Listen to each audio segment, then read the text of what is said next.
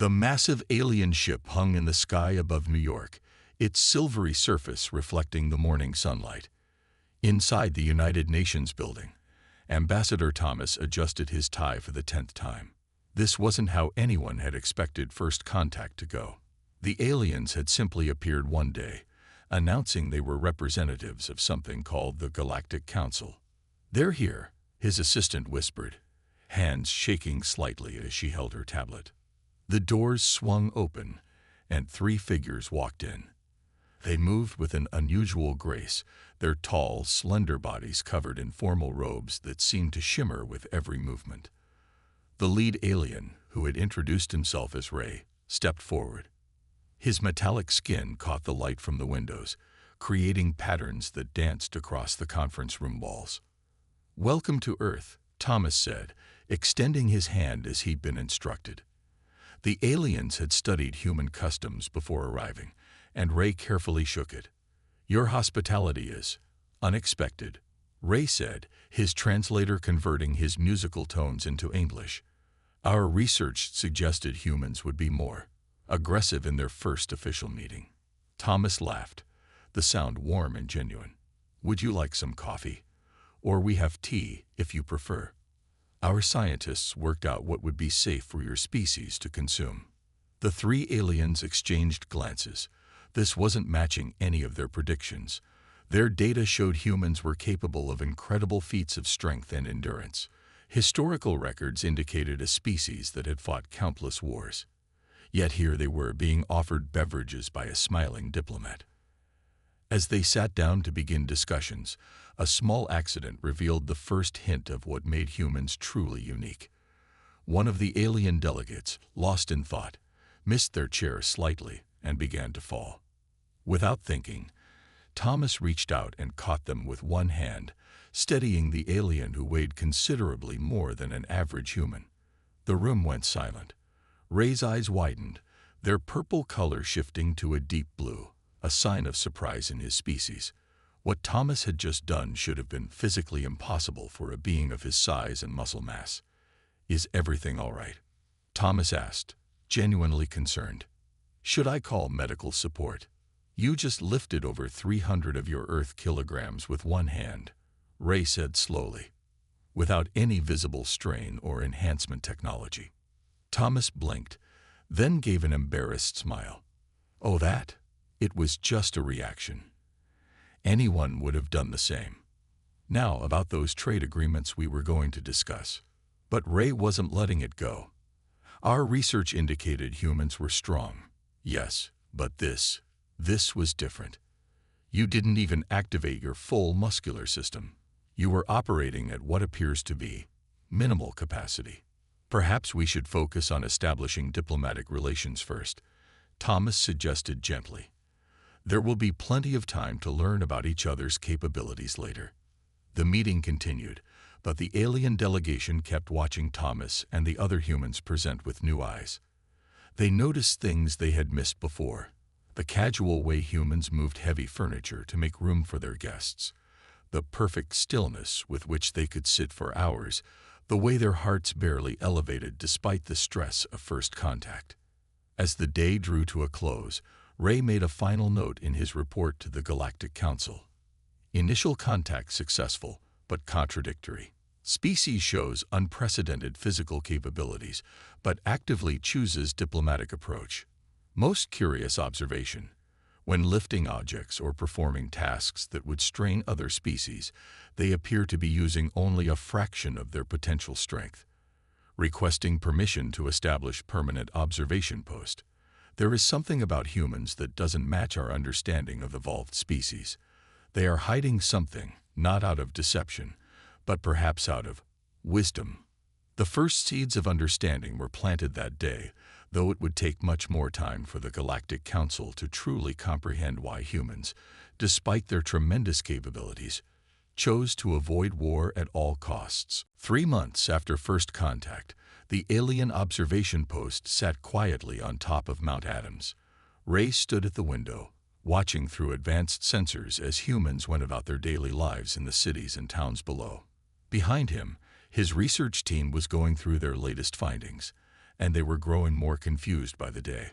"Look at this footage again," said Venn, his chief researcher, pointing to a holographic display. The image showed a construction site where a small accident had happened. A steel beam had slipped from a crane, and a worker had caught it barehanded, holding it long enough for others to get clear. "That beam weighs nearly 500 kilograms, Venn said, shaking his head. He held it without any powered suit. Just caught it, like it was nothing. Ray nodded slowly. "And his vital signs?" "That's the strange part. His adrenaline barely spiked. Heart rate increased only 15%. It's like he wasn't even trying hard." Their conversation was interrupted by another researcher rushing in. "You need to see this. The mining operation we've been watching." The holographic display shifted to show a deep mine in South Africa. There had been a cave-in, trapping several miners. The humans weren't waiting for heavy equipment. They were digging with their bare hands, moving rocks that should have required machinery to lift. "Look at their body temperature," the researcher pointed out. "They've been working for 6 hours straight. Any other species would have collapsed from exhaustion by now." Ray watched in silence. He'd seen similar things over the past months.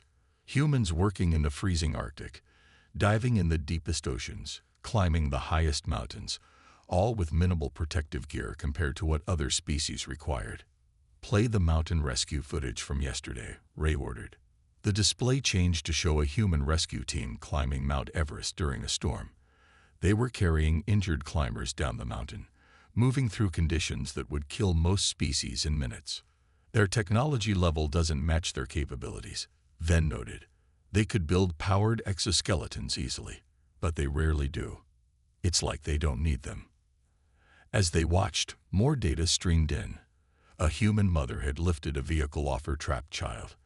A farmer had carried 2 full-grown cows to safety during a flood. A firefighter had run into a burning building 5 times without stopping for rest. "The pattern is always the same," Ray said, making notes. "They show these incredible abilities, but only when helping others. In regular situations, they operate at maybe 10% of their potential. Why?" The answer came from an unexpected source. Later that day, they observed a human gym where people were working out. A young man was trying to lift weights while his friend spotted him. "Come on," the friend encouraged. "One more rep. You can do it."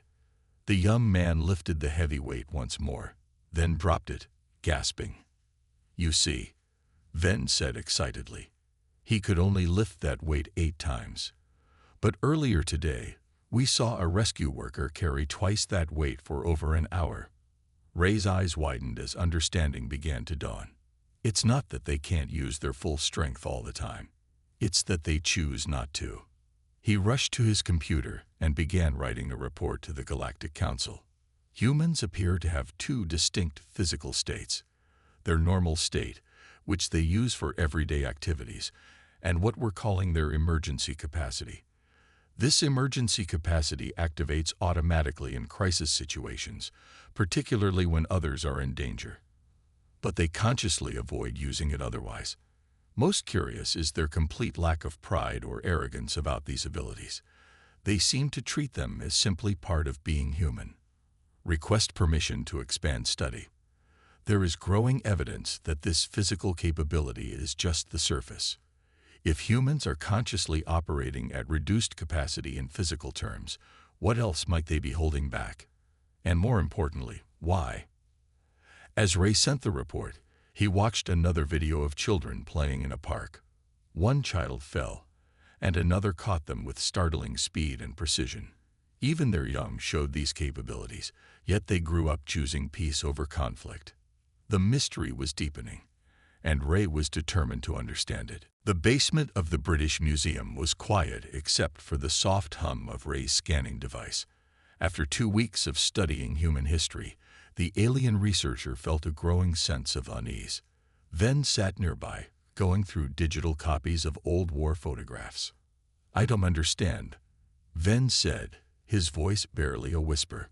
"How could the same species that brings soup to sick neighbors have done this? On his screen were images from World War I, cities reduced to rubble, massive armies clashing across continents, the devastating power of the first atomic bombs. Look at the dates, Ray pointed out. In just 6 years, they fought across their entire planet. The scale of it is hard to comprehend.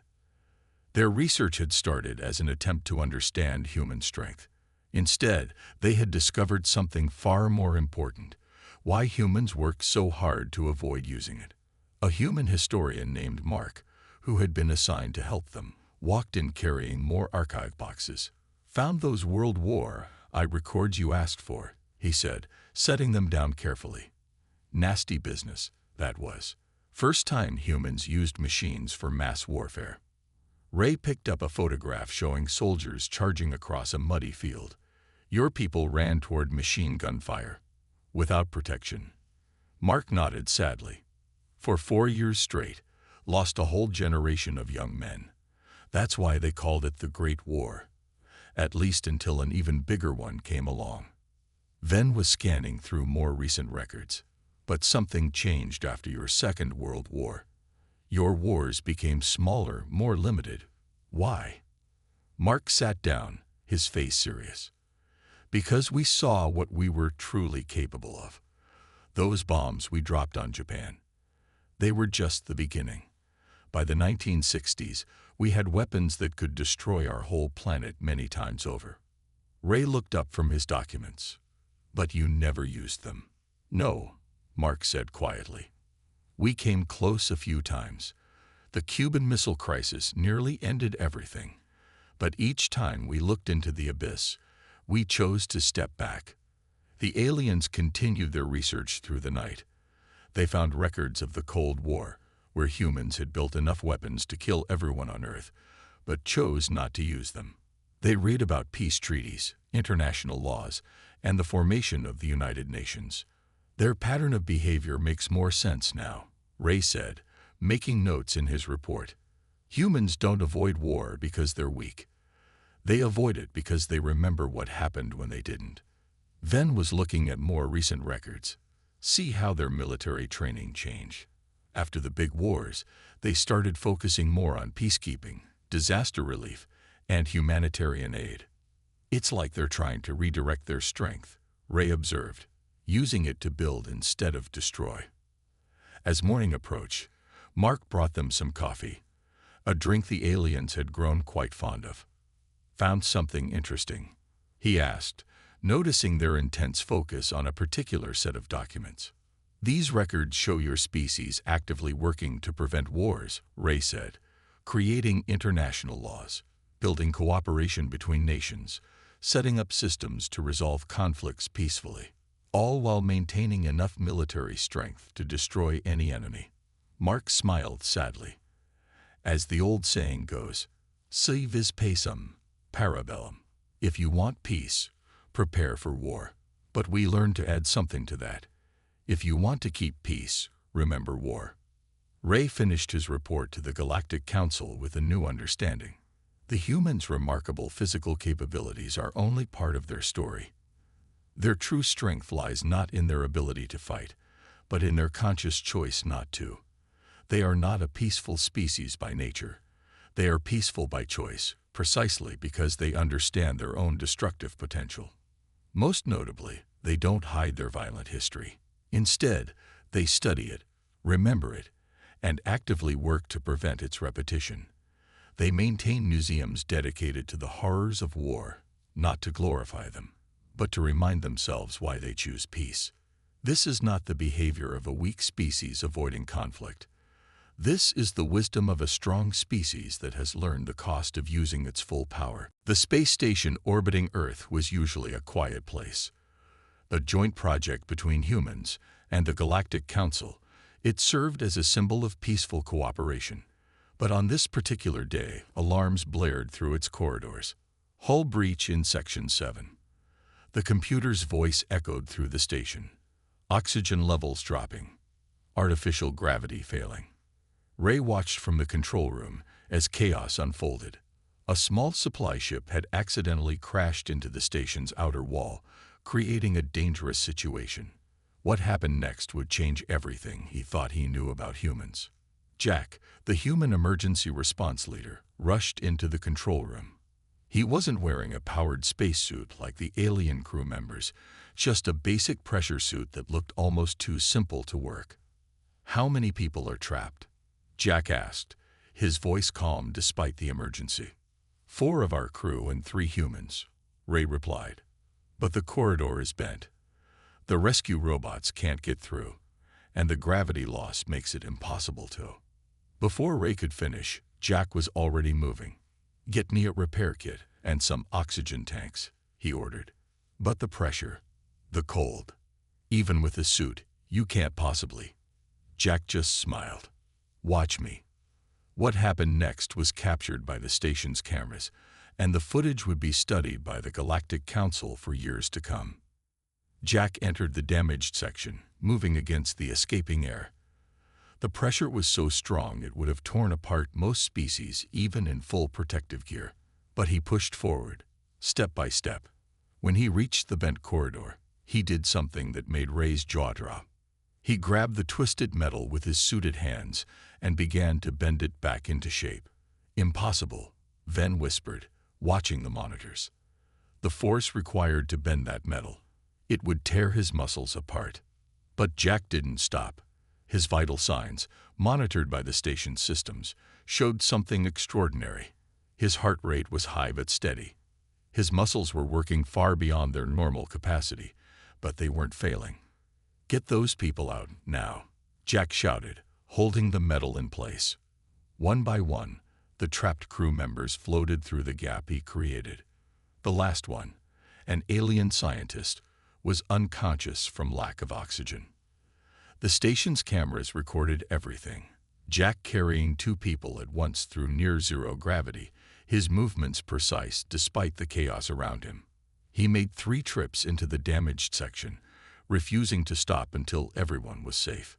When it was over, Ray found Jack in the medical bay, being checked by doctors. To everyone's surprise, he seemed only mildly tired. "How?" Ray asked simply. "What we just saw. It should have killed you." Jack shrugged, wincing slightly as the doctor cleaned a cut on his arm. "Someone needed help. We do what we have to do. But the strength you showed, why don't humans use it all the time? You could dominate any battlefield with power like that." The room went quiet. Jack's face turned serious. "Want to see something interesting?" he asked. He tried to bend a small metal rod on the medical tray and couldn't do it. "Right now, I probably couldn't even win an arm wrestling match with your junior researcher there."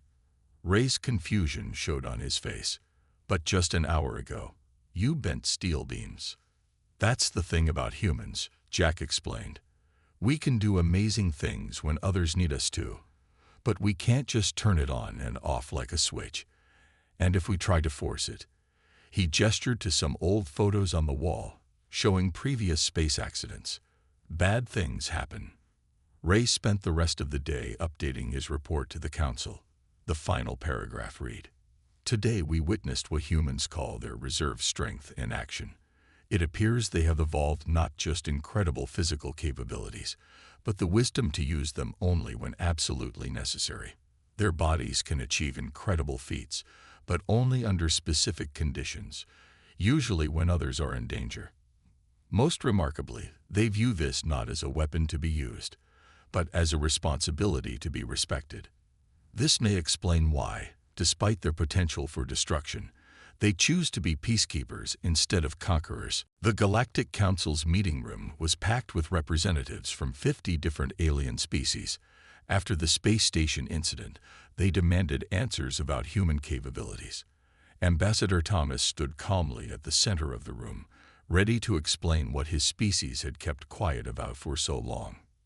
"You want to know the truth about humans," Thomas began, his voice steady. "The real reason we avoid war. It's time you understood what we really are." The room fell silent. Ray and Ven sat in the front row, their recording devices ready. "Humans evolved as persistence hunters," Thomas explained, bringing up a hologram of ancient humans chasing prey.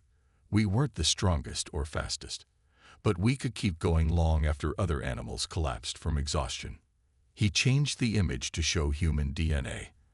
Our bodies developed something unique, an emergency system that lets us go far beyond our normal limits when we absolutely have to. Like the human who saved the space station. Someone called out. Thomas nodded. Exactly. But there's a cost. Every time we use this ability, it damages us. Push too hard, use it too often. And he paused, his face growing serious. Well, let me show you. The next hologram showed medical scans. This is what happens to a human who forces their emergency strength too often. Torn muscles that never fully heal. Heart problems. Brain damage. We're like engines that can run at 10 times normal power, but doing so burns up the engine. An alien scientist stood up. But in war, Thomas interrupted, we would be terrifying. Yes. Imagine an army of soldiers who could ignore pain, lift vehicles, run for days without rest. But by the end of the battle, half of them would be dead or permanently damaged. Not from enemy fire, but from their own bodies burning out. He showed them more images. Olympic athletes who had pushed too far and never recovered. Emergency workers who had shortened their lives by using their full strength too often to save others. During our world wars, Thomas continued, we discovered something worse. This emergency system, it doesn't just affect our bodies.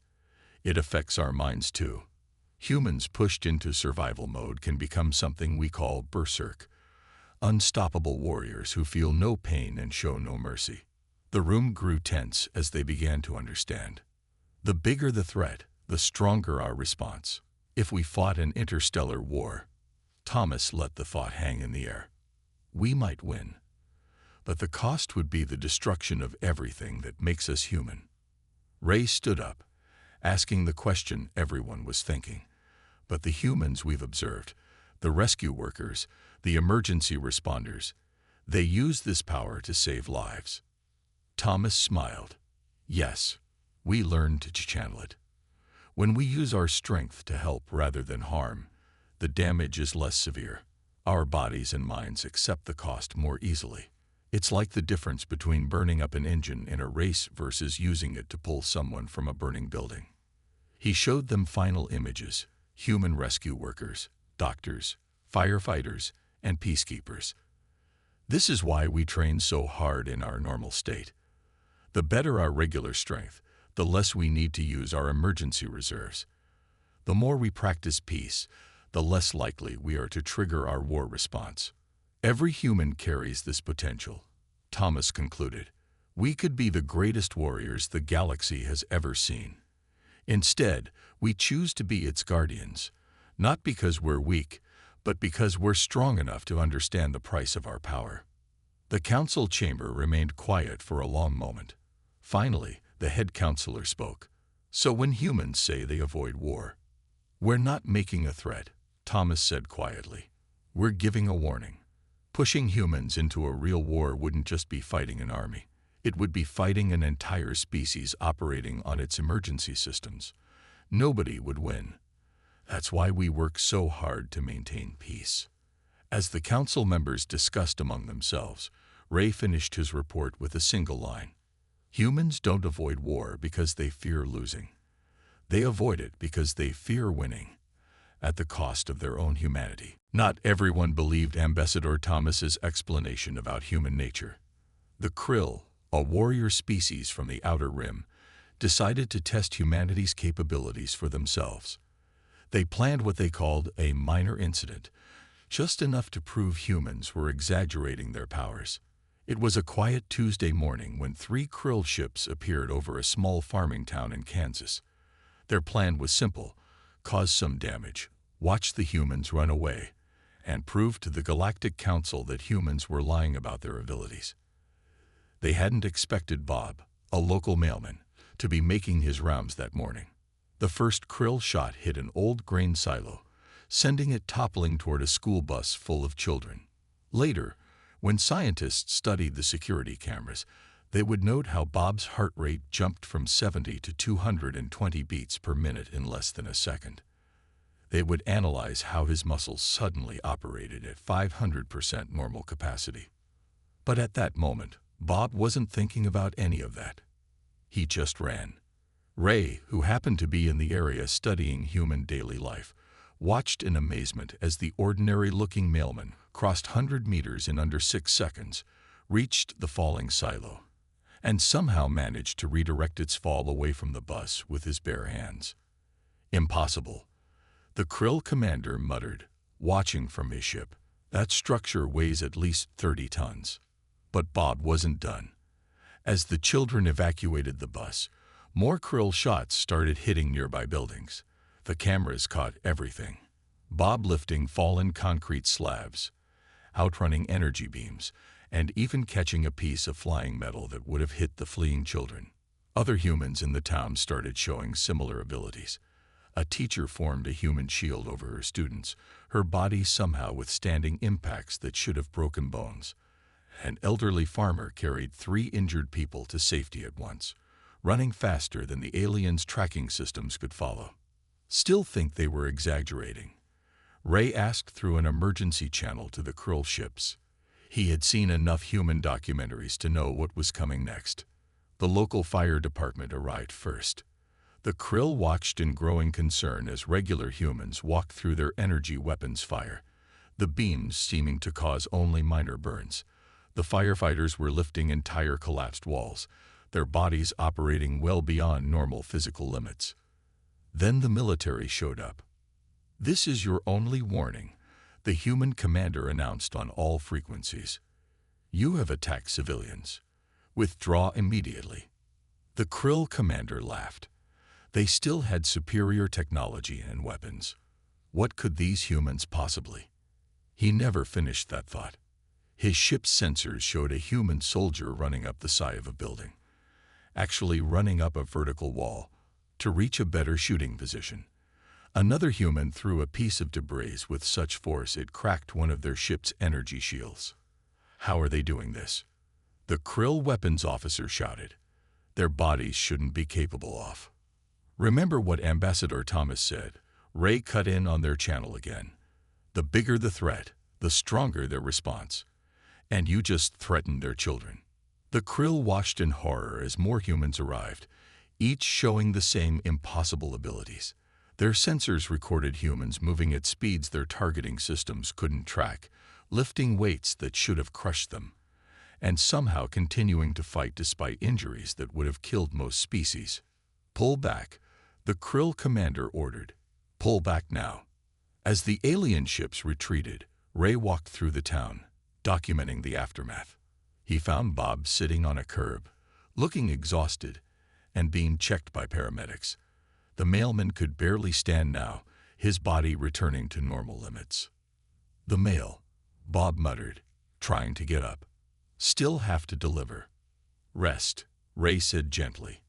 "I think everyone understands why the mail might be late today." That evening, Ray sent his shortest report ever to the Galactic Council. "Witnessed human emergency response today." Ambassador Thomas wasn't exaggerating. "Recommend updating all diplomatic guidelines. P.S. Never threaten human children." The Krill never doubted human capabilities again. 1 year after the Kansas incident, the Galactic Council met again. This time, the mood was very different.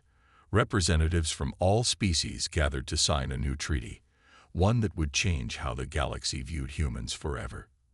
Ray stood at the observation window of the Council's space station, watching Earth rotate slowly below. Behind him, Ambassador Thomas was speaking to the assembled delegates. After careful study and recent events, Thomas said, "We're ready to accept Earth as full members of the galactic community, but not as warriors, as peacekeepers." The head counselor nodded. "The humans have proven something remarkable. Not just their strength, but their wisdom in how they use it." On the main screen, they showed footage from the past year. Humans helping during natural disasters on alien worlds. Human medical teams working beyond normal limits to save victims of a space accident. Human peacekeepers standing between fighting factions on distant planets, not with weapons, but with open hands. What makes humans unique? Ray addressed the council. Isn't their emergency strength? It's their choice to use it only for protection and aid. In the past year, we've documented over 300 cases of humans using their abilities. Not one was for conquest or personal gain. The screens showed more images. A human construction worker lifting a fallen beam to save trapped alien workers. A human doctor performing surgery for 30 hours straight during a crisis. A human child sharing their lunch with a hungry alien classmate. A small act, but showing the same spirit. But they're not perfect, one delegate pointed out. They still have conflicts among themselves. Thomas smiled. Yes, we do. We argue, we disagree, we sometimes even fight. But we've learned to do it without triggering our emergency responses. We save those for when they're truly needed. The head counselor stood. Then let it be recorded. Earth is officially accepted as the galaxy's peacekeeping force. Not because they are the strongest, but because they know the true cost of strength. Ray finished. Later that day, in a quieter moment, Ray found Bob, the mailman from Kansas, delivering packages to the space station. He had recovered fully and returned to his regular job, showing no signs of his extraordinary feat. Do you ever miss it? Ray asked. The feeling of being that strong. Bob shook his head. That's not who we really are. Those moments of incredible strength, they're like a borrowed power. The real strength is in choosing not to use it unless we absolutely have to. As if to prove his point, Bob struggled slightly with a heavy package, using a cart to move it instead of simply lifting it. A young alien watched in confusion. But you could carry that easily, the alien said. I saw the videos from Kansas. Sure could, Bob agreed. And then I'd be too tired to deliver the rest of the mail. Sometimes being strong means knowing when not to show it. That evening, the Galactic Council updated its official records with a new entry about Earth. Humans represent a unique evolution in the galaxy. They possess the capability for tremendous physical and mental feats, but have developed the wisdom to use these abilities sparingly and only in service of others. Their emergency strength makes them capable warriors, but their conscious choice to avoid war makes them ideal peacekeepers. Most notably, humans have mastered something few species achieve: the strength to hold back their strength. They work daily at their normal capacity, saving their full abilities for when others truly need them. A new saying has emerged in the galaxy. When you meet a human, remember, their greatest power isn't what they can do, but what they choose not to do. The document ended with a simple warning. In dealing with humans, remember they are not peaceful because they are weak. They are peaceful because they are strong enough to understand the responsibility that comes with their power. As the sun set on Earth that day, Bob finished his mail route. Ray completed his final report, and Ambassador Thomas headed home. Just another normal day for a species that had learned that true strength lies not in the ability to wage war, but in the wisdom to maintain peace. The galaxy had finally understood why humans avoid war, and it made them respect humanity all the more for it.